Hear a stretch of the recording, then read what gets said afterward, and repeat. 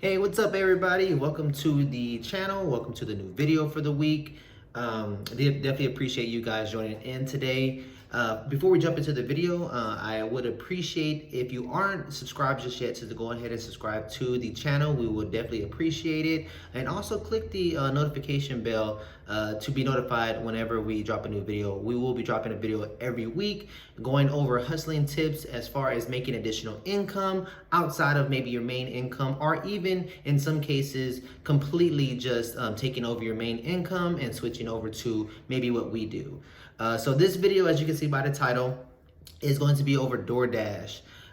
So a couple of things I wanted to go over: why I started DoorDash, how often I do it, how much I make, what's the realistic tips and realistic income you can make from DoorDash. Hope I can answer some of you guys' questions. And if you have any questions, obviously I don't get to, please leave them in the comments, and then we'll go from there. So the first thing is, why did I get started in DoorDash? So I got started in DoorDash. Reason being is because of the fact that I wanted to open up my schedule to do other things that I love to do. If that's working out, if that's, giving more time to my family, other business avenues such as that. And DoorDash is a great way to allow yourself to open up your schedule and dash whenever you feel you need to. Now, obviously, there's things that go into that. When it comes to the timing, we'll get to that in a little bit here.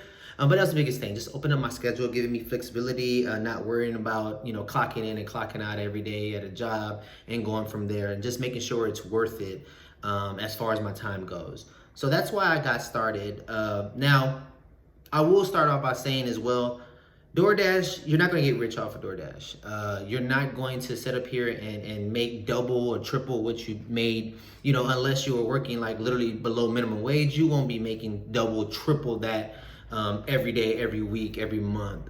So I do want to start off by saying that it's not a get rich type of scheme. It's making sure that you're stable, and a lot of people use it for a side hustle or something they want to do on the side to make some additional cash. So I do want to say that as well. Now, what to expect when you start. When you start DoorDash, there's a couple of things. So obviously when you log into your app, you're gonna apply to become a Dasher. It can take us some time. It says an hour on the app. Normally, depending on your background, it can be an hour to get you approved, and sometimes it can take a couple of days. After your process is complete and you're approved to Dash, they're gonna send you a welcome kit. Now, you don't actually need the welcome kit to start dashing. You can start dashing as soon as they give you the sign up. I mean, the welcome kit has a couple of things in it, your mask and a couple of things that you can use on while you're dashing, but you don't necessarily need it to actually start dashing. So what I would advise is when you start, as soon as they approve you, don't wait for the welcome kit. As soon as they approve you, get out there, get going, start up and get your feet wet. Now, what to expect when you first start dashing is a couple of things you want to do before you get out to kind of set yourself up in the best way.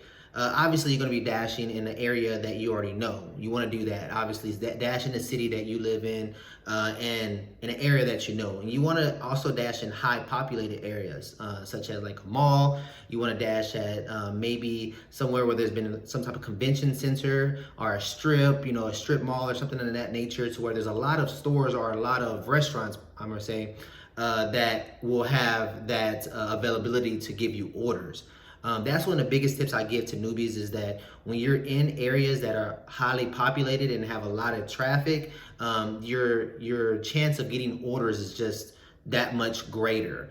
Now, obviously, there's areas that are highly populated better than other areas that are, the same population, but at the same time, that will come with the experience, you trying out different areas. To start off with, if you're by maybe a mall, if you're by a big area population, such as, like I said, the mall or something of that nature, a strip mall, things of that nature, you want to start there and make your way up. Now, with that being said, you also want to make sure that you have a lot of fast food restaurants in that area. Not just restaurants, dine in, but a lot of fast food. If you have your McDonald's, if in your area you have Jack in the Box, if you have Whataburger in your area, I'm in Texas, so we have Whataburger, or if you in your area have like Raising Cane's, to that nature, you want to get a lot of fast food restaurants, Chick-fil-A, things of that nature. Now, don't get me wrong, dining restaurants are great. They can pay, but you have to understand that the waiting on a dining restaurant is a lot more than, obviously a fast food restaurant, because it's fast food, right? Yeah, cool. All right, so what's the best times to dash? The best times to dash is 1 or 3 times, in my opinion. It's gonna be really, really early mornings, right before everybody goes to work. That's normally when they want to order some type of breakfast. They get breakfast to their job, they get breakfast at their home before they go in. Lunchtime, so right before work, say 4 to 7 a.m. Lunchtime, anywhere between maybe 10:30, 11 a.m. to 2 or 3 p.m.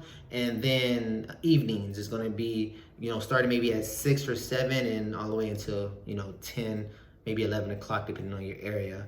Those are the best times, in my opinion, to dash. Now, can you dash outside those times? Absolutely. Will you get orders outside of those times? Yeah, you will get orders, but they won't be as frequent, and you might not have the best deals, which we'll get into in a second, when it comes to outside of those areas. Now, weekends are something else. They're another different monster. So weekends on their own, my experience is you can dash literally all day on weekends.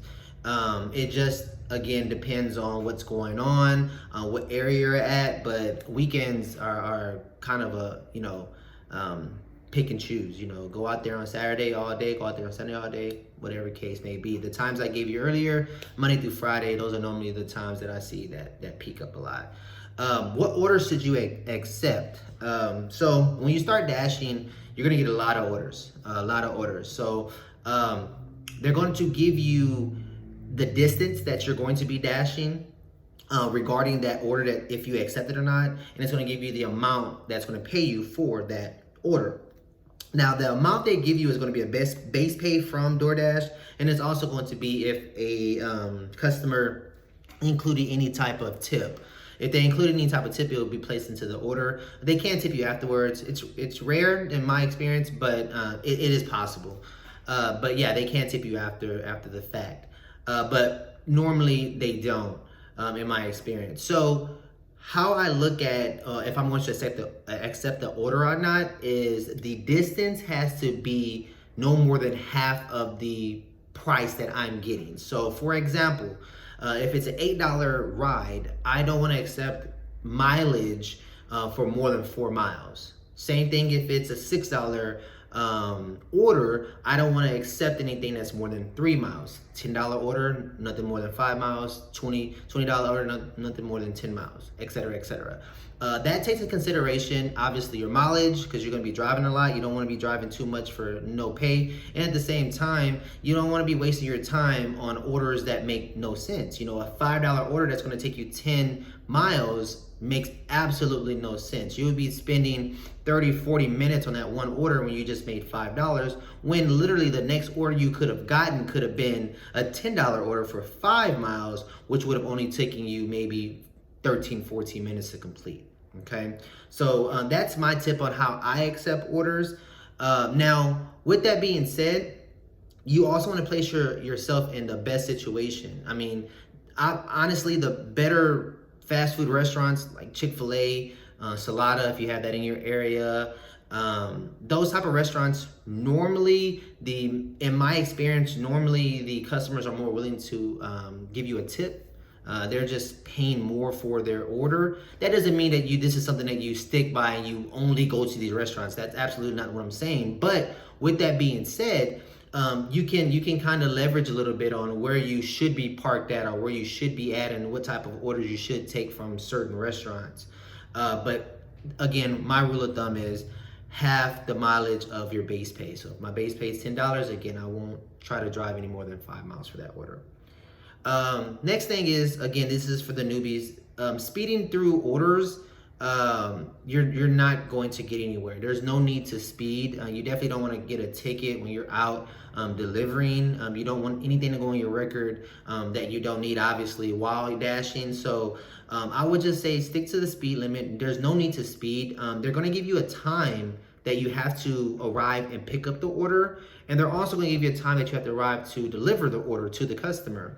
And another reason why you don't want to speed through your orders is because you take away the chance of getting a double order. And what I mean by double order, that's the next topic I'll get in here, is that say for example, I have 5 more minutes to get to my destination to pick up the food for the customer. Within that 5 minutes, if I haven't notified DoorDash that I've picked up that item just yet, at that moment of time, they may send me another order for the same location or a location that's close to them. They're going to send you an order that's something very close to the restaurant you're going to, or fast food joint you're going to, and then the customer they're sending you to is more than likely going to be a couple of miles from the customer that you've already accepted an order for. I highly recommend doing double orders. Now, with that being said, if you just started, you may want to decline some, get yourself comfortable with doing the first order, make sure you're paying attention, things of that nature. You know, certain restaurants or fast food places have certain guidelines.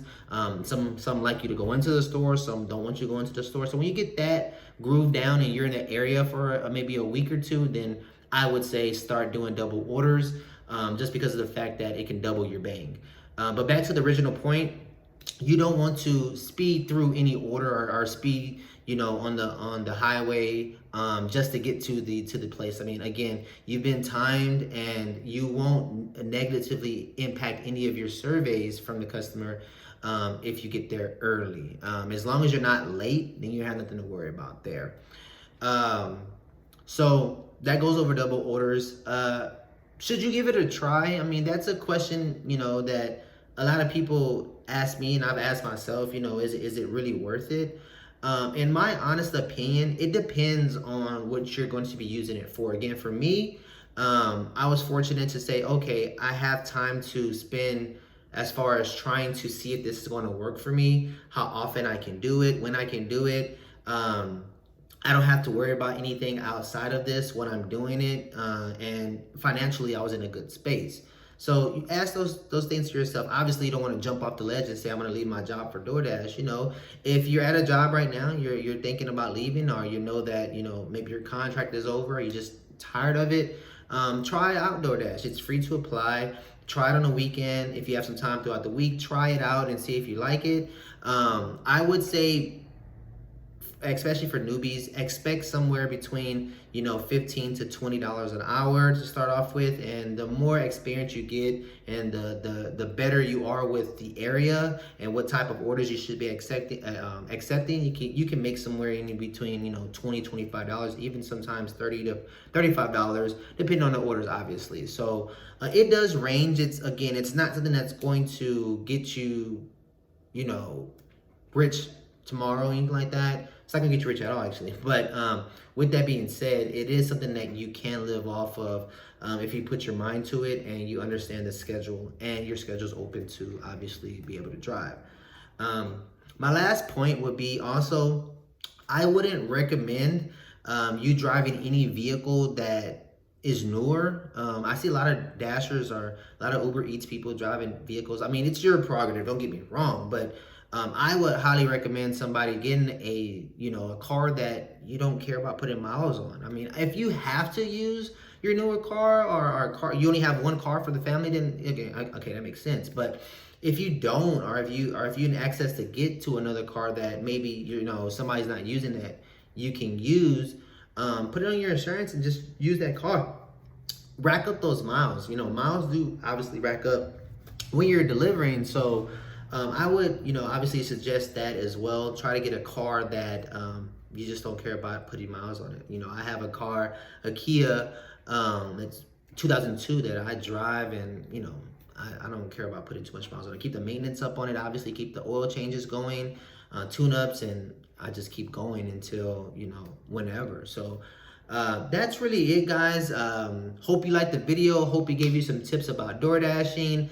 If you have any other questions, either comments, please leave them below. That would be much appreciated. Please like the video. If you're not subscribed, please subscribe to the video. Hustling with the Greens, we are here every week, at least 2 videos, letting you guys know how we make money on the side and try to help you out as well, making some additional money. Again, if you have any questions, any comments, leave it below. Appreciate it, and see you guys next time.